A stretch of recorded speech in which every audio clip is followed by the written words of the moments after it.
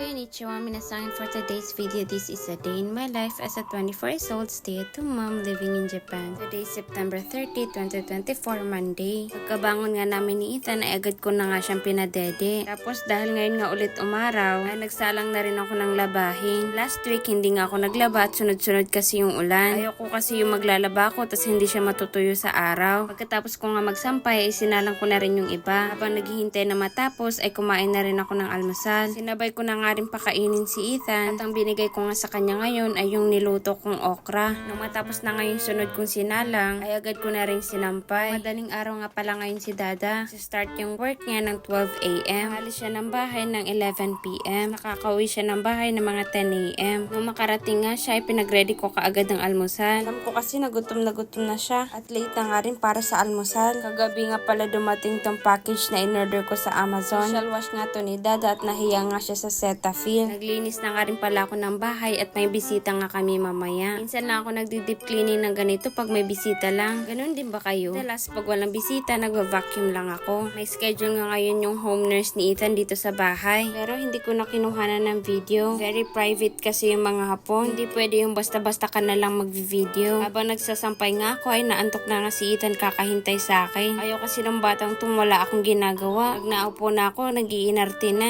11 na nga sa mga oras na to. Oras na rin ang first nap niya.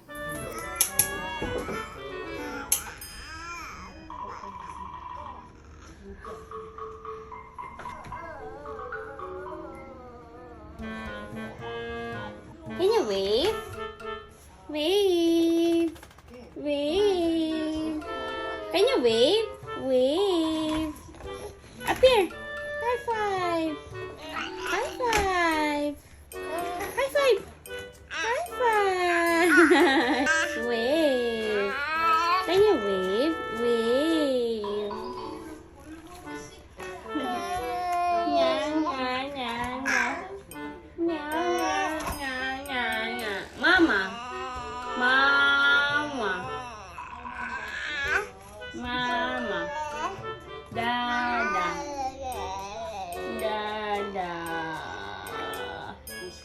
Pagkagisingan ni Ethan sa first nap niya ay agad ko na nga siyang pinakain. Lately talaga mas nagiging maingay na si Ethan. Nakakatuwa lang kasi dati hindi naman siya ganito kaingay. Tapos ngayon parang tinatry niya na makipag-usap. Kaya nga lang bago matulog ganun nga din siya kaingay. Si Dada niya na gusto pang matulog ay hindi nga nakakatulog sa kanya. Katapos nga palang kumain ni Ethan, maya-maya rin ay dumating nga yung home nurse niya. Sabi ko nga kanina hindi ko kinuhanan ng video at very private nga ang mga hapon. Pagkatapos nga ng pangalawang nap time ni Ethan ngayong hapon, ay nagbalak naman ako maglakad-lakad kami sa labas. Sobrang ganda kasi ng panahon. Pero hinintay ko muna bumaba yung araw at mainit pa rin ngayon. Sabi nga nila na-extend nga rin summer dito sa Japan. Pero sa ibang lugar malamig na, pero dito sa amin sobrang init pa din. Pero malamig na yung simoy ng hangin dito pag gabi. Pag winter nga pala ay hindi nagsusnow dito sa lugar namin. Kaya kapag gusto namin makakita ng snow ay bumabiyahe pa kami sa ibang lugar. Dati nga rin pala kami nakatira sa Ishikawa, Ken. At sobrang kapal ng snow doon pag winter. Masaya lang sa una yung snow pero pagtagal sobrang hassle. Araw-araw kasi kailangan mong maaga gumising para maghukay. At wala ka kasi madadaanan. Hindi ko na nga rin ma-imagine yung sarili ko na titira sa lugar na may makapal na snow. Sobrang hassle nga talaga kasi. Lalo na pag may sasakyan ka, lalong maaga ka dapat gumising para tanggalan ng snow yung sasakyan mo. Nga pala dumaan na rin ako ng Daiso para bumili nitong phone stand. Very useful nga din to pag nagtitake ako ng video. May mga times kasi na ayaw ko magdala ng tripod at sobrang bulky. Kasya lang din kasi ito sa maliit kong bag kaya nagustuhan ko. Malapit na nga rin pala magkulay yellow yung mga puno dito sa park. Autumn na rin kasi. Yung ibang mga puno wala na rin dahon dahil naglagas na. Iba naman nagkulay orange na, pula at yellow. Nung magdidilim na nga ay pinasok ko na rin yung mga sinampay ko. Balak ko rin bukas na rin tupiin. Gagabi na rin kasi kailangan ko na rin mag-asikaso sa kusina para baon ni Dada at si Ethan dahil maaga nga rin siya natutulog. At bago ko nga papatulugin si Ethan ay kailangan ko na rin mag-half bath. Mahirap kasi makaalis pag nakatulog na siya. Lakas na pakiramdam niya kapag wala ako sa tabi niya. Habang nagbibihis nga ako ng pantulog, ay naglaro na muna sila ni Dada ng saglit. Part na nga rin pala to ng routine namin bago matulog si Ethan. At mas malakas pa nga yung boses niya kaysa sa mga binabasa ko.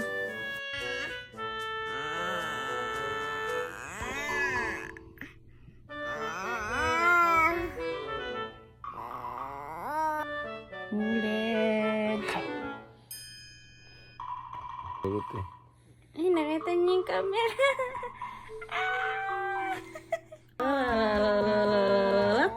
Ikaw naman.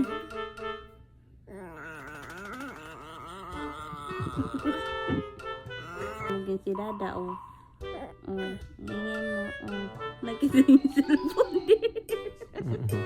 Nakita ko yung mata niya doon, oh. Hindi ko nakuha. Wow! Wow! Peekaboo! Peekaboo!